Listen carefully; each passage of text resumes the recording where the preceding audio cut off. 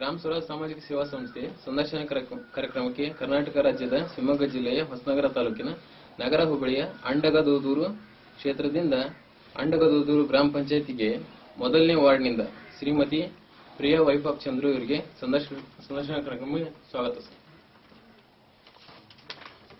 Madam, ನೀವು ರಾಜಕೀಯಕ್ಕಿಂತ ಮೊದಲು ನೀವು ಸದಸ್ಯರಾಗಿರುವ ಮೊದಲು ಅಥವಾ ರಾಜಕೀಯ ರಂಗಕ್ಕೆ ಬರ್ಲಿಕ್ಕಿಂತ ಮೊದಲು ಏನ್ ಮಾಡ್ತಾ ಇದ್ರಿ ಮೇಡಮ್? ನಿಮ್ಮ ಕಾರ್ಯಕ್ಷೇತ್ರ ಏನಾಗಿತ್ತು? ಕೃಷಿಯಲ್ಲಿ ನೀವು ಇದ್ರಿ ಮೊದಲು. ಮತ್ತು ರಾಜಕೀಯ ರಂಗಕ್ಕೆ ಬರಲು ಕಾರಣ? ಮೇನ್ ಆಗಿ ಜನರು ಒತ್ತಾಯ. ಯಾಕಂದ್ರೆ ನಮ್ಮ ಮನೆಯವರು ಸ್ವಲ್ಪ ರಾಜಕೀಯದಲ್ಲಿ ಅಳವಡಿಸಿದ್ರಿಂದ ಜನರ ಸೇವೆ ಮಾಡ್ಲಿಕ್ಕೆ ನೀವು ಅರ್ಹರು, ಆದ್ರಿಂದ ನೀವು ಎಲೆಕ್ಷನ್ ನಿಲ್ಬೇಕು, ನಮ್ ಜನರ ಸೇವೆ ಮಾಡಕ್ಕೆ ಇದು ಮಾಡ್ಲೇಬೇಕು ಅಂತ ಹೇಳಿದ್ರಿಂದ ನಾವು ರಾಜಕೀಯಕ್ಕೆ ನಿಂತಿದ್ವಿ. ಜನರ ಸೇವೆ ಜನಾರ್ದನ ಸೇವೆ ಅಂದ್ಕೊಂಡು ಆ ಕಾನ್ಸೆಪ್ಟ್ ನಲ್ಲಿ ಇಳ್ಕೊಂಡಿದ್ದಾರೆ. ಇದೇ ಮೊದಲೇ ಬಾರಿ ಮೇಡಮ್ ನೀವು ಸದಸ್ಯರು? ಇವಾಗ ನೀವು ಒಂದು 10 ತಿಂಗಳ ಕಳೆದಿದ್ದೀರಾ. ಇವಾಗ ಈ 10 ತಿಂಗಳಲ್ಲಿ ಈ ಅವಧಿಯಲ್ಲಿ ಏನೇನು ಮಾಡಿದ್ರೆ ನಿಮ್ಮ ಕಾರ್ಯ ಕೆಲಸಗಳು ಏನೇನು ಮಾಡಿದ? ಅಂದ್ರೆ ಸಾಕಷ್ಟು ಅಂದ್ರೆ ಈಗ ಸಮಸ್ಯೆ, ಈಗ ಮಲೆನಾಡಲ್ಲಿ ನೀರಿನ ಸಮಸ್ಯೆ ಎಲ್ಲ ತುಂಬಾ ಅಭಾವ ಇರ್ತದೆ. ಕುಡಿಯೋ ನೀರಿಗಳು ಬಾವಿ ತೋಡ್ಸೋದಾಗಿರ್ಬೋದು, ಅಥವಾ ಈಗ ಯಾಕಂದ್ರೆ ಬೀದಿ ದೀಪಗಳು, ಹಾಗೆ ಮನೆಗಳಿಂದ ತುಂಬಾ ನಮ್ಮಿದ್ರಲ್ಲಿ ಅಂದ್ರೆ ಜನರಲ್ ಮನೆ ತುಂಬಾ ಪ್ರಾಬ್ಲಮ್ ಇದೆ. ಅಂತವ್ರಿಗೆ ಎಷ್ಟೋ ಮನೆ ಕೊಡ್ಸಿದೀವಿ, ಮನೆ ಕೊಡ್ಸಿದೀವಿ. ಹಾಗೆ ರಸ್ತೆ, ಮೋರಿ ರಿಪೇರಿ, ಪೈಪ್ ಅಳವಡಿಸುವುದು, ತುಂಬಾ ಕೆಲಸ, ಕಾಲ್ ಸಂಖ್ಯೆಗಳು, ಇಂತ ಕೆಲಸಗಳೆಲ್ಲ ನಾವು ಮಾಡಿದ್ವಿ. ಇವೆಲ್ಲ ಮಾಡಿದ್ವಿ ಮೇಡಮ್. ಇನ್ನ ಮುಂದಿನ ದಿನಗಳಲ್ಲಿ ಅಂದ್ರೆ 4 ವರ್ಷ ಇನ್ನು 2 ತಿಂಗಳಲ್ಲಿ ಏನ್ ಮಾಡ್ಲಿಕ್ಕೆ ಪ್ಲಾನಿಂಗ್ಸ್ ಅಥವಾ ಏನಾರ ಒಂದು ಮಾಡ್ಲಿಕ್ಕೆ ನೀವು ನಿಶ್ಚಯ ಮಾಡಿದ್ದೀರಾ?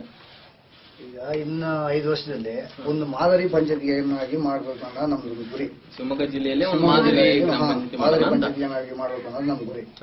ಆ ಉದ್ದೇಶ ಏನಪ್ಪಾ ಅಂತ ಹೇಳಿದ್ರೆ, ಜನರ ಸೇವೆ ಮಾಡ್ತೀವಿ ಅಂತ ಚುನಾವಣೆ ನಿಲ್ಲೋದು ಮುಖ್ಯ ಅಲ್ಲ, ಜನರ ಸೇವೆ ಮಾಡೋದು ಮುಖ್ಯ. ಅಧಿಕಾರ ಇದ್ದೇ ಜನರ ಸೇವೆ ಮಾಡ್ಬೇಕು ಅಂತಾನೂ ಇಲ್ಲ. ನಾವು ಇದು ಹಿಂದೆನೂ ಜನರ ಸೇವೆ ಮಾಡಿ ಆ ಆಧಾರದ ಮೇಲೆ ಯಾವ ಪಕ್ಷ ಸಿದ್ಧಾಂತ ಅಲ್ಲ, ಇನ್ನೊಂದಲ್ಲ, ಜನ ಇವ್ರು ಆಗ್ಬೋದು, ನಮ್ಮ ಸೇವೆ ಮಾಡೋದು ಹಗಲು ರಾತ್ರಿ ಸಿದ್ಧರಿದ್ದಾರೆ ಅನ್ನೋ ಉದ್ದೇಶದಿಂದ ಜನರು ಆಯ್ಕೆ ಮಾಡಿದ್ದಾರೆ. ಏನಂದ್ರೆ ನಮ್ಮನ್ನು ವಿಶ್ವಾಸಿದಾರಲ್ಲ, ಅವರಿಗೆ ನಿಜವಾಗೂ ಚುನಾವಣೆಗೆ ಕಂಟೆಸ್ಟ್ ಮಾಡೋ ಅಂತ ಇದಲ್ಲ. ಅವರಿಗೆ ಅನುಭವ ಬರೀ 22 ವರ್ಷ ಇದೆ. ಇವತ್ತು ಅವ್ರನ್ನ ಆಯ್ಕೆ ಮಾಡಿದ್ದಾರೆ ಅಂದ್ರೆ ನಾವು ಇವ್ರ ಹಿಂದೆ ಜನರಿಗೆ ಮಾಡಿಕೊಟ್ಟಂತ ಒಳ್ಳೆ ಕೆಲಸ ನೋಡಿ ಅದನ್ನ ನೆನೆಸ್ಕೊಂಡು ಇವರು ಹಗಲು ಅಂದ್ರೆ ಹಗಲು, ರಾತ್ರಿ ಅಂದ್ರೆ ರಾತ್ರಿ ಜನರ ಮಧ್ಯದಲ್ಲಿ ಇರ್ತಾರೆ. ಜನರಿಗೋಸ್ಕರ ಸದಾಗಾಲ ದುಡಿಯೋಕೆ ರೆಡಿ ಇದ್ದಾರೆ. ಯಾವ ಕೆಲಸಗಳನ್ನ ಹೇಳಿದ್ರು, ಆಫೀಸ್ ಇರ್ಬೋದು, ಮತ್ತೊಂದಿರ್ಬೋದು, ಯಾವ್ದೋ ಪೊಲೀಸ್ ಸ್ಟೇಷನ್, ರೇಂಜ್ ಆಫೀಸ್, ಮತ್ತೊಂದು ನಿಷ್ಠೆಯಿಂದ ಮಾಡ್ಕೊಡ್ತಾರೆ. ಯಾವುದೇ ನಿರೀಕ್ಷೆ ಇಲ್ಲದೆ ಅನ್ನೋ ಉದ್ದೇಶದಿಂದ ಜನ ಇವತ್ತು ಆಯ್ಕೆ ಮಾಡಿದ್ದಾರೆ. ಜನರ ಮೇಲೆ ಒಂದು ಅಪಾರ ಒಂದು ನಂಬಿಕೆ ಮುಳ್ಕೊಂಡ್ಬಿಟ್ಟಿದೆ. ಆ ನಂಬಿಕೆಯನ್ನು ಉಳಿಸ್ಕೊಂಡು ಹೋಗೋದ್ರ ಜೊತೆಗೆ ಆ ನಂಬಿಕೆ ಇನ್ನೂ ಸದಾ ಇವರಿಗೆ ಓಟ್ ಕೊಟ್ಟು ನಮ್ಗೆ ತೃಪ್ತಿಯಾಗಿದೆ ಅನ್ನೋ ಮಟ್ಟದಲ್ಲಿ ನಾವು ಮಾಡಿ ತೋರಿಸ್ಬೇಕು ಅನ್ನೋದು ನಮ್ ಗುರಿ. ಅದರಿಂದ ಒಳ್ಳೇದಾಗ್ತದೆ ಅಂತ ನಂಬಿಕೆ ಇಟ್ಕೊಂಡಿದ್ರೆ ಆ ನಂಬಿಕೆ ನೀವು ಉಳಿಸ್ಕೊಂಡು ಹೋಗ್ತಾ ಇದ್ದೀರಾ. ಅದಕ್ಕೆ ಸರಿಯಾಗಿ ಸರ್ಕಾರ ಏನು ಮಾಡ್ತಿದೆ ಅಂತ ಹೇಳಿದ್ರೆ, ಈಗ ಯಾವ್ದೋ ಒಂದು ಅನುದಾನ ಬಿಡುಗಡೆ ಮಾಡ್ತೀನಿ, ಇದಕ್ಕೆ ಕ್ರಿಯೋಜನೆ ಮಾಡಿ ಕಳಿಸಿ ಅಂತ ಹೇಳ್ತಾರೆ. ಅದನ್ನ ಹೇಳಿರೋ ಆದೇಶವನ್ನ, ಆ ಗೆಜೆಟ್ ಅನ್ನು ನೇರವಾಗಿ ಬಂದು ತಪ್ಪತಕ್ಕಂಥ ವ್ಯವಸ್ಥೆ ಮಾಡಬೇಕು. ಯಾಕೆ ಅಂತ ಹೇಳಿದ್ರೆ, ಈಗಾಗಲೇ ನಾವು ಅಭಿವೃದ್ಧಿ ಅನುದಾನದಲ್ಲಿ ಈಗ ಕ್ರಿಯೋಜನೆ ಎಲ್ಲ ಮಾಡಿ ಕಳಿಸಿದ್ದಾರೆ.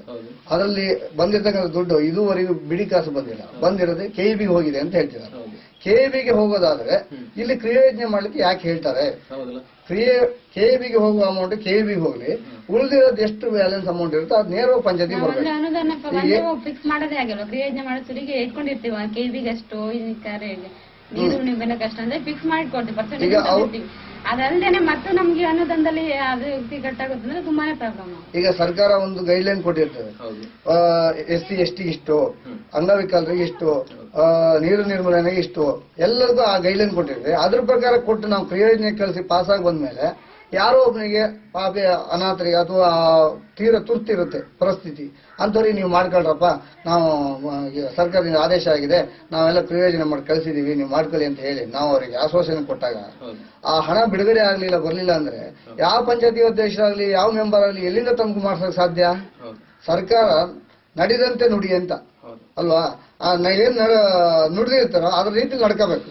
ನಡ್ಕೊಳ್ಳಿಲ್ಲ ಅಂದ್ರೆ ಇಲ್ಲಿ ಏನಾಗುತ್ತೆ ಅಂತ ಹೇಳಿದ್ರೆ, ಜನರಿಗೆ ಅಧ್ಯಕ್ಷ ಇರ್ಬೋದು, ಮೆಂಬರ್ ಇರ್ಬೋದು, ಅಥವಾ ಉಪಾಧ್ಯಕ್ಷ ಇರ್ಬೋದು, ಇರೋ ಒಂಥರ ಈ ಪೋಲಿಗಳ ತರ ಕಾಣ್ತಾರೆ.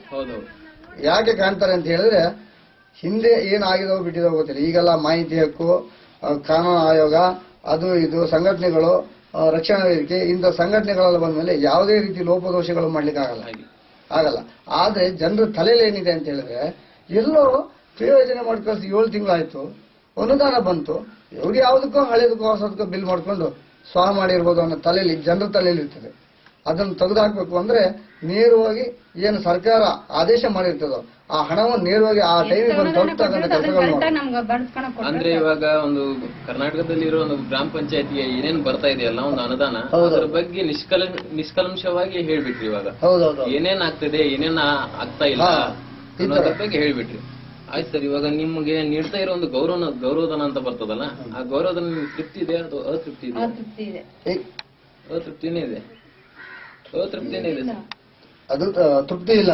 ಯಾಕೆ ಅಂತ ಹೇಳಿದ್ರೆ ಈ ಏನು ಅವ್ರು ಕೊಡ್ತಕ್ಕಂಥ ಗೌರವಧನ ಇದೆಯಲ್ಲ, ಅದು ನಮ್ಮ ಈ ಗ್ರಾಮ ಪಂಚಾಯತ್ ಅಧ್ಯಕ್ಷರಿಗಿರ್ಬೋದು, ಮೆಂಬರ್ಗಿರ್ಬೋದು, ಅದು ಒಂದು ದಿನದ ಕರೆನ್ಸಿ ಆಗಲ್ಲ. ಯಾಕೆ ಆಗೋದಿಲ್ಲ ಅಂತ ಹೇಳಿದ್ರೆ, ಇಲ್ಲಿ ಯಾವುದೇ ಒಂದು ಸಮಸ್ಯೆಗಳು ಲೋಕಲ್ ಅಲ್ಲಿ ಇದ್ರು, ರಸ್ತೆ ಆಗ್ಬೇಕು, ಮೋರಿ ಆಗ್ಬೇಕು, ಅಥವಾ ಮನೆ ಆಗ್ಬೇಕು, ಅಥವಾ ಇಲ್ಲಿ ಯಾವ್ದೋ ಒಂದು ಕೊಟ್ಟಿಗೆ ಸುಟ್ಟೋಯ್ತು, ಅಥವಾ ಜಲಪ್ರಳಯ ಆಯ್ತು, ಅಥವಾ ಯಾವ್ದೋ ನೆರೆಹಾವಳಿ ಬಂದು ಗೋಚ್ಕೊಂಡು ಹೋಯ್ತು ಅಂದ್ರೆ ಅಧ್ಯಕ್ಷ ಫೋನ್ ಹೊಡಿತಾರೆ, ಅಧ್ಯಕ್ಷ ಬಂದು ವೀಕ್ಷಣೆ ಮಾಡಿ, ಆ ಭಾಗದ ಮೆಂಬರ್ಗೆ ವೀಕ್ಷಣೆ ಮಾಡಿ ಅಂತ ಫೋನ್ ಹಾಕ್ತಾರೆ. ಅವಾಗ ಇವ್ರು ಕೊಡ್ತಕ್ಕಂತ 500 ರೂಪಾಯಿ, ಈ 1000 ರೂಪಾಯಿ, 300 ರೂಪಾಯಿ ಇದು ಇದೆಯಲ್ಲ, ಇದು ಚಿಲ್ಲರೆ ಕಾಸು. ಇಲ್ಲಿಂದ ಅಲ್ಲಿ ಹೋಗ್ಲಿಕ್ಕೆ ಯಾರಿಗೊಬ್ರಿಗೆ ನಮ್ ಎಲ್ಲ ಸದಸ್ಯರು ಬೈಕು ಕಾರು ಇರೋದಿಲ್ಲ.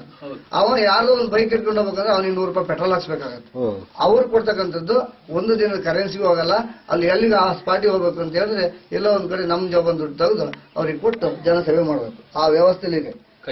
ದುಡ್ಡು ಕೊಟ್ಟನ ಸೇವೆ ಮಾಡುವಂತ ಪಂಚಾಯತಿ ನಮಗೆ ಕೊಡ್ತಾ ಇದೆ.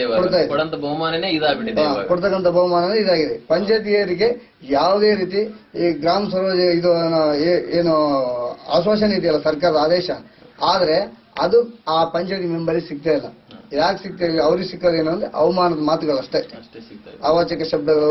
ಜನಗಳಿಗೆ ಗೊತ್ತಿರಲ್ಲ, 10 ಸರಿ ಬಂದು ಬರ್ಸ್ತಾರೆ, ರಸ್ತೆ ಬೇಕು, ಮನೆ ಬೇಕು, ಕಾಲ್ಸಂಘಗಳು ಬೇಕು, ಬೇಕು, ಈ ತರ ಬರ್ಸ್ತಾರೆ. ಅವಾಗ ನಾವೇನ್ ಮಾಡಿ ಬರೀ ಬರ್ಕೊಳ್ಳೋದೇ ಆಗತ್ ಬಿಟ್ರೆ ಅವ್ರಿಗೆ ಕೊಡೋಕಾಗ್ತಾ ಇಲ್ಲ. ಹಾಗಾದಾಗ ಜನರು ಏನ್ ಮಾಡ್ತಾರೆ ಅಂತ ಹೇಳಿದ್ರೆ, ಎಲ್ಲೋ ಒಂದ್ ಕಡೆ ಇವರು ಸುಳ್ಳು ಆಶ್ವಾಸನೆ, ಪಳ್ಳು ಆಶ್ವಾಸನೆ ಕೊಡ್ತಿದ್ದಾರೆ ಅನ್ನೋ ಕೆಟ್ಟ ಮಾತಿಗೆ ಗುರಿ ಆಗ್ತೀವಿ. ಗ್ರಾಮ ಸಭೆಯಲ್ಲಿ ನಾನು ಇದ್ರ ಹಿಂದೆ 10 ಸರಿ ಬರ್ಸಿದ್ದೆ, ನನ್ಗೆ ಯಾಕೆ ಕೊಡ್ಲಿಲ್ಲ ಅಂತ ಇಲ್ಲಿ ಗಲಾಟೆ ಆಗ್ತದೆ. ಆದ್ರೆ ಈ ಸರ್ಕಾರದ ವ್ಯವಸ್ಥೆ ಏನಂತ ಹೇಳಿದ್ರೆ, ನೀವು ಏನು ಗ್ರಾಮ ಪಂಚಾಯತ್ ಮೆಂಬರ್ಗಳು, ಅಧ್ಯಕ್ಷಗಳು, ಗ್ರಾಮಸ್ಥರು ನೀವೇ ಗುದ್ದಾಡ್ಕೊಳ್ಳಿ, ನಮ್ಮ ಗಮನಕ್ಕೆ ತರಬೇಡಿ ಅನ್ನೋ ಇವರದ ಒಂದು ಆದೇಶ ಆಗಿರ್ತದೆ. ಆದ್ರೆ ಆ ಆದೇಶ ಆಗಬಾರದು. ಏನು ವ್ಯವಸ್ಥೆ ಆಗ್ಬೇಕಂದ್ರೆ ಸರ್ಕಾರ ಏನು ಮಾತು ಕೊಟ್ಟಿರುತ್ತೋ ಈ ತರ ಮಾಡ್ಬೇಕು ಅಂತೇಳಿ ಅದೇ ಪ್ರಕಾರವಾಗಿ ಹಣ ಅಲರ್ಟ್ ಆಗಿ ಬರ್ಬೇಕು, ಪಂಚಾಯತ್ ವ್ಯಾಪ್ತಿಗೆ ಬರಬೇಕು. ಅದನ್ನು ನಾವು ಗ್ರಾಮ ಸಭೆ ಮುಖಾಂತರ ಜನರಿಗೆ ಏನ್ ತಿಳಿಸಿರ್ತೀವೋ ಅದು ನೇರವಾಗಿ ಜನರಿಗೆ ತಲುಪಬೇಕು. ಅವಾಗ ಮಾತ್ರ ಆ ಗ್ರಾಮ ಪಂಚಾಯತ್ ಮೆಂಬರ್ಗಳಿಗಿರ್ಬೋದು, ಅಧ್ಯಕ್ಷರಿರ್ಬೋದು, ಅಲ್ಲಿ ಸಿಬ್ಬಂದಿಗೆ ಆ ಒಂದು ಹೆಸರು ಉಳಿಯುತ್ತೆ. ಅದ್ರ ಜೊತೆ ಗ್ರಾಮ ಪಂಚಾಯತಿನೂ ಒಂದು ಅದು ಈ ನಮ್ಮಲ್ಲಿ ಈ ಮಲ್ನಾಡ್ ಭಾಗ ಆಗಿರೋದ್ರಿಂದ ಮತ್ತು ಬಹಳ ಏನೋ ಈಗ ಕೆಲವು ಕಡೆ ಏನಾಗ್ತದೆ, ಕಾಲೋನಿ ಟೈಪು, ವಾರ್ಡ್ ಟೈಪು ಹೀಗೆಲ್ಲ ಇರ್ತದೆ. ಅಲ್ಲೆಲ್ಲ ಆದ್ರೆ ಕುಡಿಯೋ ನೀರಿರ್ಬೋದು ಅಥವಾ ರಸ್ತೆಗಳಿರ್ಬೋದು, ಇಂಥದ್ನ ಮಾಡೋದು ಬಹಳ ಸುಲಭ. ಯಾಕೆಂದ್ರೆ ಈಗ ಇದು ಬೀದಿಲಿ ಒಂದು 100 ಮನೆ ಇದ್ರೆ ಒಂದೇ ರಸ್ತೆ 1 ಕಿಲೋಮೀಟರ್ ಮುಗಿದೋಗ್ಬಿಡುತ್ತೆ. ಆದ್ರೆ ನಮ್ಮಲ್ಲಿ ಹಾಗಲ್ಲ. ಇಲ್ಲಿ ಮಲ್ನಾಡ್ ಆಗಿರೋದ್ರಿಂದ, ಬಹಳ ಗುಡ್ಡಗಾಡು ಪ್ರದೇಶದಲ್ಲಿ ಇರೋದ್ರಿಂದ ಒಂದೊಂದು ಮನೆಗೂ ಒಂದೊಂದು ರೋಡಿನ ಅವಶ್ಯಕತೆ ಇದೆ, ಒಂದೊಂದು ಮನೆಗೂ ಒಂದೊಂದು ಬಾವಿ ಅವಶ್ಯಕತೆ ಇದೆ. ಹೇಳ್ತಾರೆ ಕುಡಿಯೋ ನೀರಿಗೆ ನಿಮ್ಗೆ ಒಂದೊಂದು ಮನೆಗೆ ಬಾವಿ ಕೊಡಲ್ಲ ಅಂತ. ಹಾಗಾದ್ರೆ ಈ ಗುಡ್ಡಗಾಡು ಹಳ್ಳಿ ಪ್ರದೇಶದಲ್ಲಿ ಮನೆ ಕಟ್ಕೊಂಡವ ಅವ್ನು ಸಾಯ್ಬೇಕೆ ಅಥವಾ ಬದುಕಬೇಕೆ? ನಮ್ ಬೇಡಿಕೆ ಇದು. ಈಗ ಒಂದು ಮನೆ ಇದ್ರೂ ಕೂಡ ಒಂದು ಬಾವಿ ಕೊಡ್ಲೇಬೇಕಾಗ್ತದೆ, ಅನಿವಾರ್ಯ, ಏನು ಮಾಡ್ಲಿಕ್ಕೆ ಆಗಲ್ಲ. ಅವ ಒಬ್ಬ ನಮ್ಮ ಪ್ರಜಾಪ್ರಭುತ್ವದ ನಮ್ಮ ಪ್ರಜೆ ಅಲ್ಲ ಅಂತ ಹೇಳಿಕ್ ಬರೋದಿಲ್ಲ. ಬಾಜು ಮನೆಯಲ್ಲಿ ಹೋಗ್ತಾರ ಅಂತಂದ್ರೆ ಬಾಜು ಮನೆ ಇರಲ್ಲ.